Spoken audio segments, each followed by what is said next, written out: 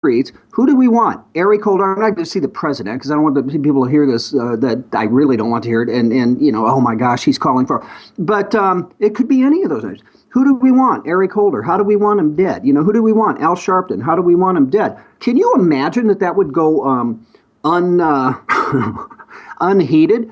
The leaders of those protests or the groups that may incite that kind of stuff would be hunted down and maybe prosecuted. Yeah, absolutely. I saw one, oh gosh, where was it? Maybe it was on Drudge that's saying that tensions in New York feel like the 1970s. Yes. I remember that when, when I was a little kid, New York City was like a place that you'd never wanted to go because you're going to get stabbed, you're going to get killed. It was a horrible place to be. And then there was now you're going to have to correct me if I'm, well, that's what I was just going to say. You're going to have to correct me if I'm wrong. It was union-backed, Democrat, understand root of crime type people that really took over the city, and that sort of approach really cleaned things up. Am I correct? Well, I'm not sure about that, and you obviously wouldn't be. No, listen, I'm being serious here. I mean, if you hadn't read that somewhere, I'm kidding. Rudy Giuliani, man, Rudy Giuliani came in and cleaned up New York City, and now, I mean, it's just unbelievable. I mean, we thought that that Mikey Bloomberg was bad, Nanny Bloomberg, but look at the short time it's taken Comrade de Blasio to, you have the police department. You saw that video, right? He walks into that press conference after the two fine officers were executed, and the police en masse turned their backs against him as he walked in. Was it a week ago, maybe 2 weeks ago? There was a letter that went out in which police officers were allowed to sign. The letter was a form letter, but it said, "In the event of my death, I hereby do not want Mayor de Blasio to attend my funeral." And officer upon officer signed that thing. So, I won't go so far as to, we looked at a post this morning we were thinking about putting up on IJR. This de Blasio has blood on his hands. I don't know that I would use that type of hyperbolic language, but certainly this guy is. I just think, man, it's all of the above. It's the attitudes of Jackson, frankly, Obama, Barack. If I had a son, he'd look like Trayvon. Down to the lows of Sharpton and Jackson and these chants in the street. Who wouldn't? Who's predisposed to do something horrific like this? Who wouldn't be egged on by all of this stuff, Michael? Oh, absolutely. And to come up with other types of explanations. The gun one is particularly galling to me. If they had, that this guy bought this gun in the legally prescribed manner at some point, and the law that we proposed that got turned down would have stopped him from purchasing that gun, there's a death that could have been saved. That would still be an incredibly weak argument, but it drives you crazy. It would be one that at least could have an argument that could be made. But this is just hopeful, reality denying nonsense. In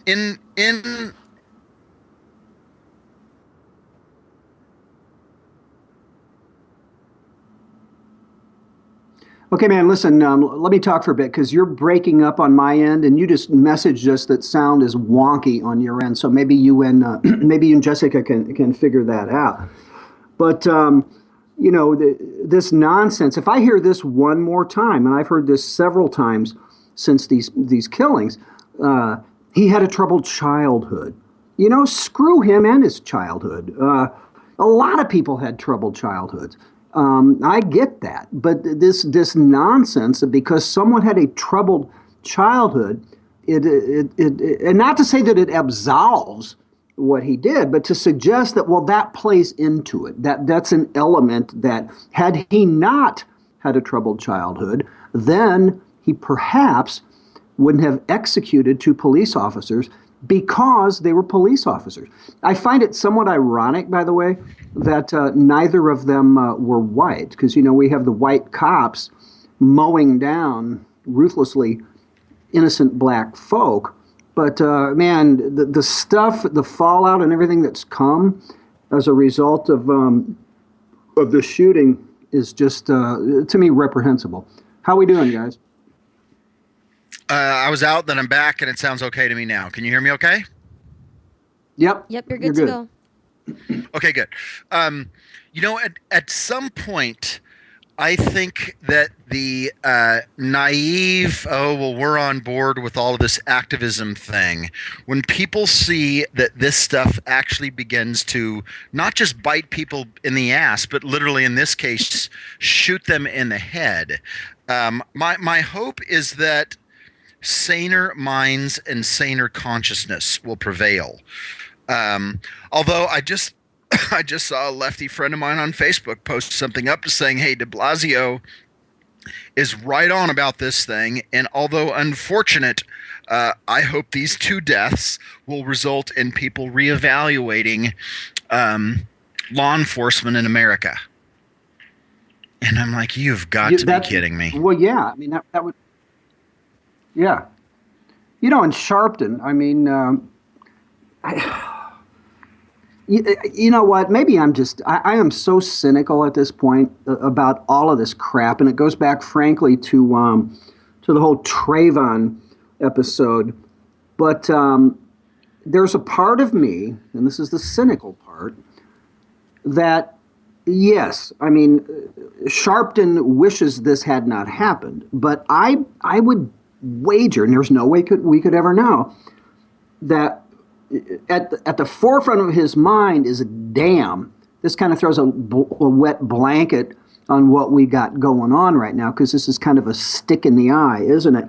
And the way I see it, to paraphrase, to paraphrase Obama's past Reverend Jeremiah Wright, I think that Sharpton and others, their chickens are coming home to roost here, because they can say, like, we want peaceful protests and blah blah blah. We know what Sharpton wants. He likes to keep stuff stirred up, and frankly, so does Eric Holder. So yeah, the chickens have come home to roost here.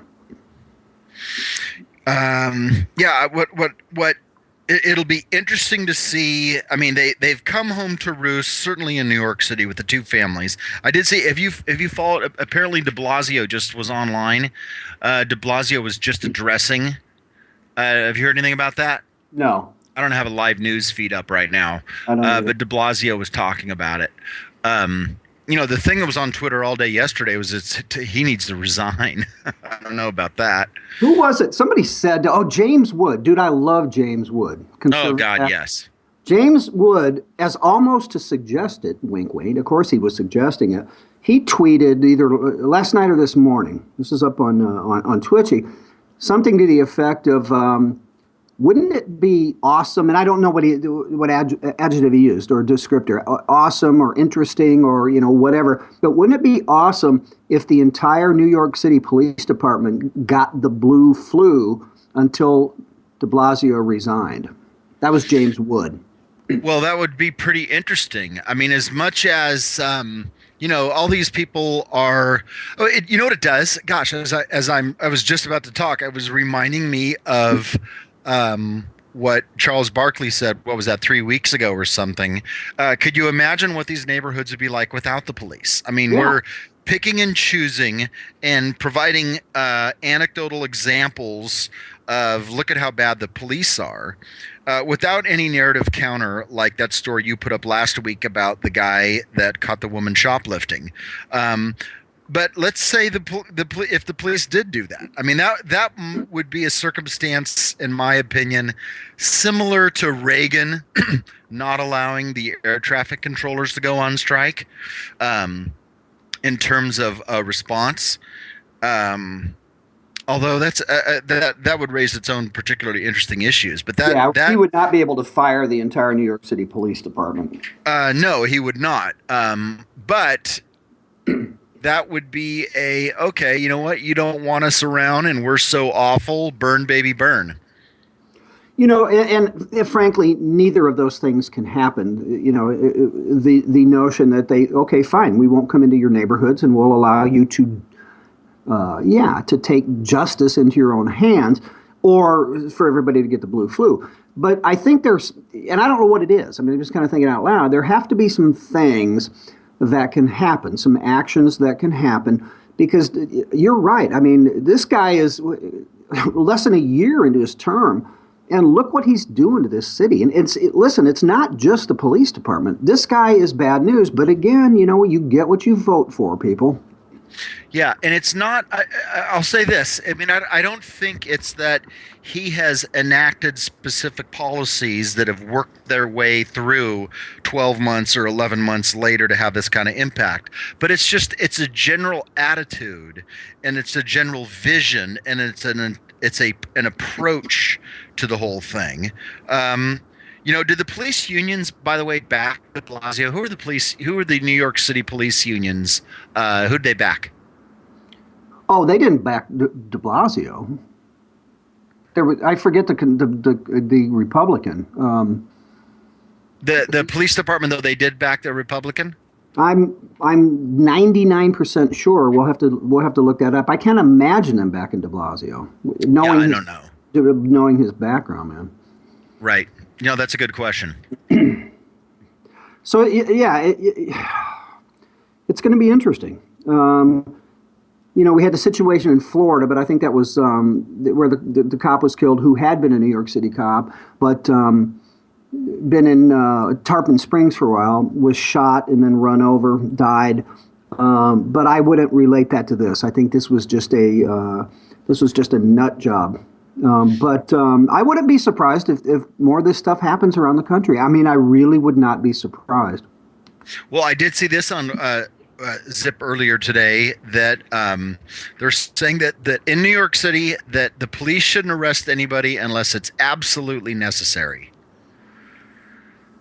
Well, and frankly, I think the exact opposite should happen. I mean, if my kids are going nuts, not that it's a parent-child relationship, but if I'm in a situation where I have some sort of leadership or authority over something and something's going crazy, you don't loosen up the reins so as not to upset anybody. You clamp them down to put an end to it. Absolutely, and this is somewhat related. I was going to actually bring this up to talk about, but the story's not put together very well. It's about a study done, and it was actually done out west. I want to say at a university in maybe Washington State. But bottom line is they found that white police officers were 25 times less likely to shoot first, obviously, at a person of color versus shooting a white suspect. Did you see that? No way. I don't believe that. Yeah. I mean, that is not what you're going to hear Al Sharpton and that group have anything to say. Now, that would be an interesting study. I'm sorry. There were various reasons too, and maybe we could get into some details tomorrow if we wanted to. But again, I didn't like the way that the story was put together. But there were various reasons, and one of them very clearly was fear of the fallout of what may happen to them as a result. Oh, that's incredibly interesting. I was doing work in a guy's house right when the Michael Brown thing first happened. So he and I were talking about it, and I'm like, so what's the deal? I mean, how do you guys... He goes, well, the first thing is that we train our guys to go home to their wives, number one. And then number two, beyond that, is to protect the public. And as far as gut instinct initial responses, those things don't have anything to do with who the perpetrator is at all. I mean, there isn't even a moment to think about that. It's just, am I safe? Are there people around me safe? Those are the two most important things. And those questions don't have anything to do with any sort of shortcut, stereotypical evaluation of the potential subject or anything like that. And a lot of shootings happened just out of those two things. I've had police tell me the same thing, friends in the past. Of course, you know, the primary objective, Michael, is to go home to your family. So I kind of question that because that flies in direct